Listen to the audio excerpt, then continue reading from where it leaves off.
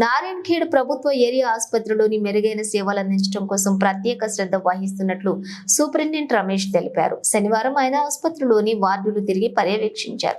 పేషెంట్లు అధిక సంఖ్యలో రావడం గమనించి అదనపు వార్డులు ఏర్పాటు చేస్తామన్నారు. మెరుగైన సేవలు అందించేందుకు అవసరమైనటువంటి సహకారం కూడా అందిస్తామని ఎమ్మెల్యే సంజీవ్ రెడ్డి, ఎంపీ సురేష్ షెట్కార్ తెలిపారని వారు అన్నారు. ఎమ్మెల్యే గారు ప్రత్యేకమైనటువంటి దృష్టి పెట్టారు ఈ హాస్పిటల్ అభివృద్ధి కోసము.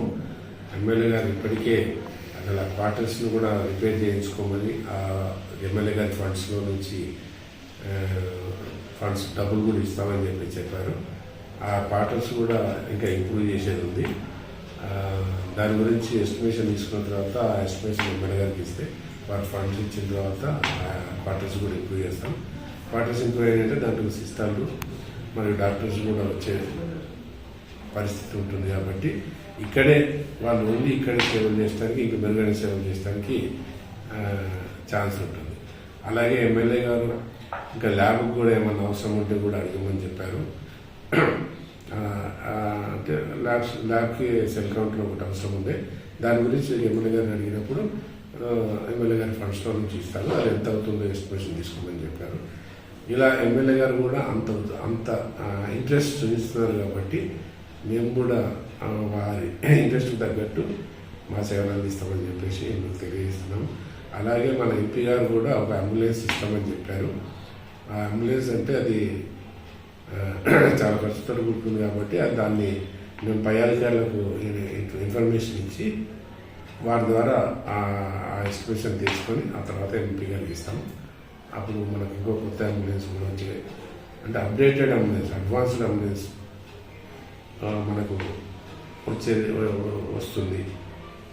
సో దాన్ని కూడా మనం రేపు ఫ్యూచర్లో వినియోగించుకునేటటువంటి పరిస్థితులు నెలకొంటాయని నేను అందరూ తెలియజేస్తున్నాను. కాబట్టి ఇంత అభివృద్ధి చెందేటటువంటి ప్రణాళిక ఫ్యూచర్లో ఉంది. కాబట్టి నారాయణఖేడ్ చుట్టుపక్కల ఉన్నటువంటి గ్రామ ప్రజలందరికీ కూడా తెలియజేసేది ఏంటంటే, మా యొక్క గవర్నమెంట్ హాస్పిటల్ సేవల్ని మీరందరూ కూడా గుర్తించి మీరందరూ కూడా వినియోగించుకోవాలని చెప్పేసి మీ అందరినీ కోరుకుంటున్నాను.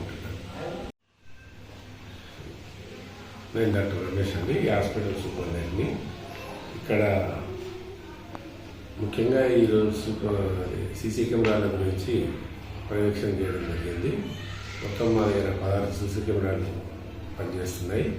వాటిని ఎందుకంటే కొన్ని చోట్ల ఇంతకుముందు జరిగిన సంఘటనలు దృష్టిలో పెట్టుకొని, అంటే చిన్నపిల్లల్ని తీసుకెళ్ళడం కానీ, ఇంకేమైనా దొంగతనాలు కావడం కానీ, అలాంటి వాటిని గుర్తించడానికి, ప్లస్ పేషెంట్లకు మా స్టాఫ్కి మధ్యలో రిలేషన్ ఎలా ఉంది అని గుర్తించడానికి, మా స్టాఫ్ కూడా రిసీవింగ్ బాగుందా లేదా అని తెలుసుకోవడానికి ఈ సీసీ కెమెరా పెట్టడం జరిగింది. సో వాటిలో భాగంగానే ఇంకా కొన్ని చోట్ల సీసీ కెమెరాలు అవసరం పడుతున్నాయి. వాటిని కూడా త్వరలోనే మా డిసిహెచ్ఎస్ గారికి ఇన్ఫర్మేషన్ ఇచ్చేసి వారి మేము ఇంకా కొన్ని సీసీ కెమెరాలు పెట్టాలని చెప్పి నిర్ణయించుకున్నాం. అట్లాగే ఈ డిసీజెస్ సీజన్ వచ్చింది. కాబట్టి ఈ సీజన్లో ఆ పేషెంట్ల యొక్క ఫ్లో ఎక్కువ ఉంది. మా దగ్గర బెడ్స్ కొంచెం లేక ఒక్కొక్క మనిషి మీద 2 రావడం అనేది జరుగుతుంది. మేము ట్రీట్మెంట్ ఇవ్వడం అనేది జరుగుతుంది. అలా జరగకుండా ఉండడానికి ఇంకొక వార్డు తయారు చేయడానికి మేము ప్రణాళిక అనేది రూపొందిస్తున్నాం. ఆల్రెడీ మేము టీఎస్ఎంఎస్ ఐడిసి వాళ్ళకి ఇన్ఫర్మేషన్ కూడా ఇచ్చాము. అదొకటి మాకు వార్డు చేసిస్తే దాంట్లో కూడా ఇంకొక 14-15 బెడ్స్ వేయడం అనేది జరుగుతుంది. అట్లా జరిగినట్లయితే ఇంకా ట్రీట్మెంట్ అనేది మేము ఇంకా కొంచెం అప్డేటెడ్, అంటే ట్రీట్మెంట్ ఇవ్వడం అనేది జరుగుతుంది. సాధ్యమైనంత మట్టుకు మేము మా యొక్క సేవలైనటువంటి ఇంప్రూవ్ చేయడానికి ప్రయత్నిస్తామండి. దీనికి మా కలెక్టర్ గారు కానీ, మా డిసిహెచ్ఎస్ గారు కానీ సపోర్ట్ చాలా ఉంది.